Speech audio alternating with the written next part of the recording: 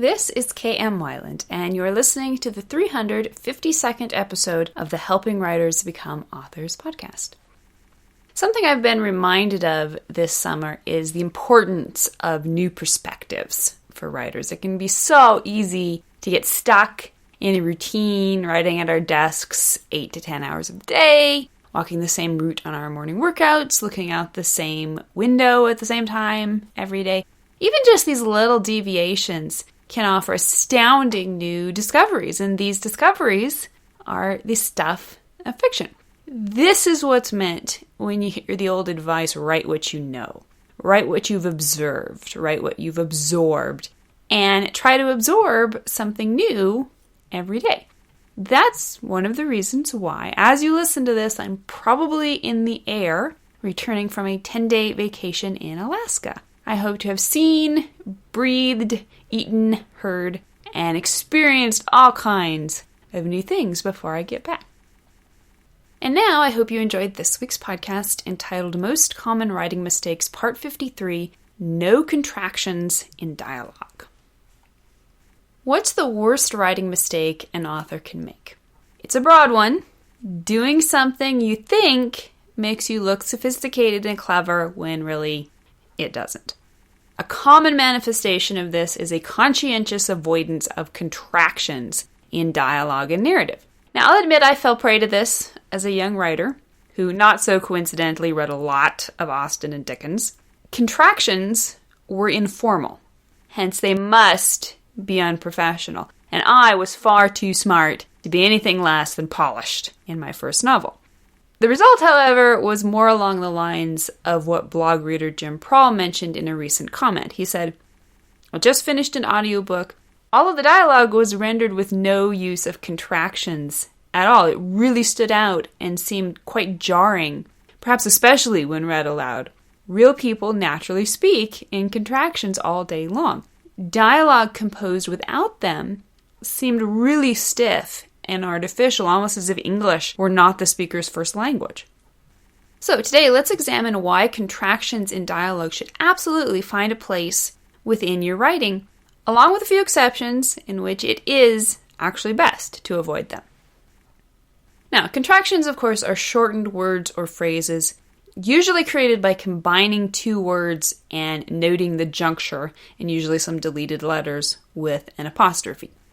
For example, can't is for cannot, won't for will not, she'll for she will, or he'd for he would or he had.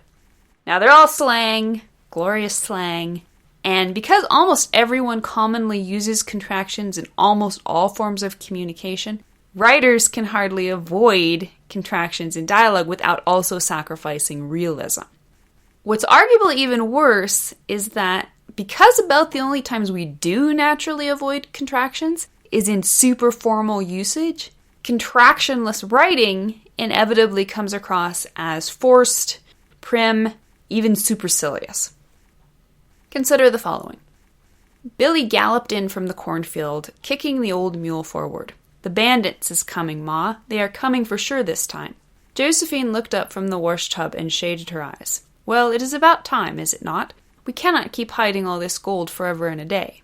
But that is not all. Billy dragged the old mule to a dusty stop. He gulped for air. Pa is with them. White horse, white hat. I am sure it is him, Ma. I am just sure. Her heart stopped. Good Lord, that cannot be. The marshal said he died for sure. He could not have lied. Could he? Do these folks sound like dirt poor Old West farmers with dubious backgrounds? For that matter, do they sound like anybody you've ever heard outside of Victorian British society? More on that in a sec. Was the reading easy? Was it fun? Or did it sound pompous and stilted? Even aside from the fact that their prevalence necessitates their use in any sort of realistic dialogue or narrative voice, contractions are a tremendous tool for writers. A clever use and choice of contractions in dialogue will allow you to flavor your characters' voices in unique and specific ways. Consider two lines from my historical superhero work in progress, Wayfarer, set in early 19th century England. Example number 1. It is such a beautiful day, is it not? I love these genial September days in the country. Example number 2. Want my advice?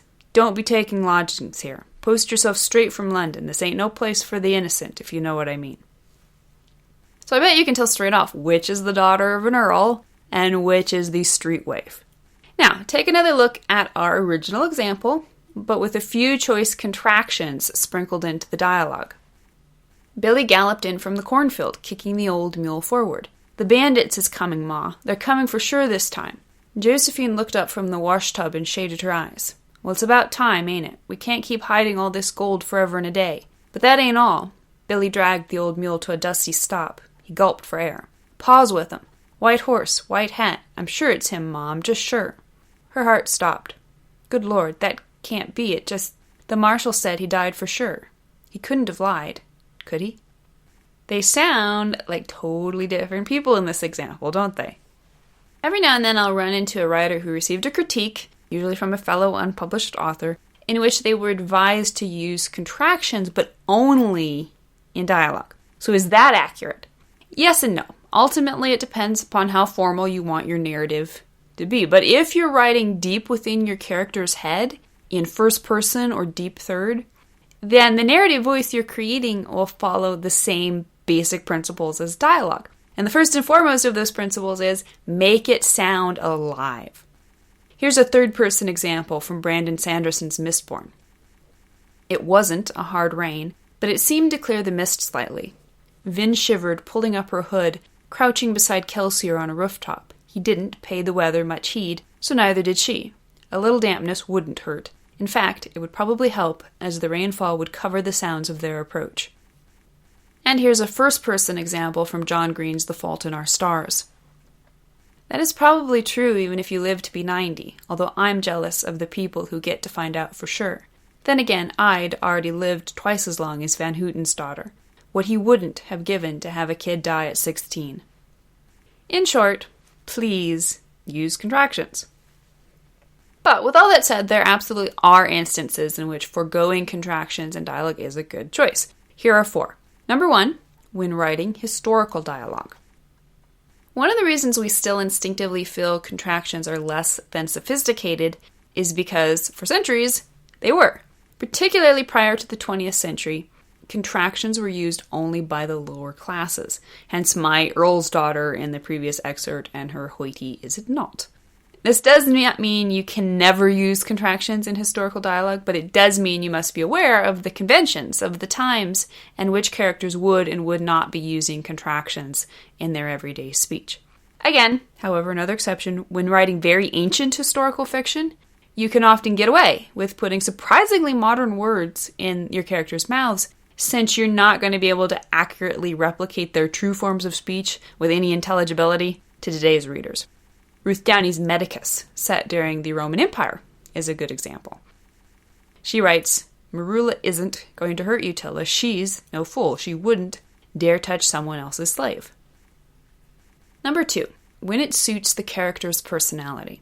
Contractions are a valuable tool in conveying dialect and informality, such as Billy and his mom, or my Cockney street waif from the above examples.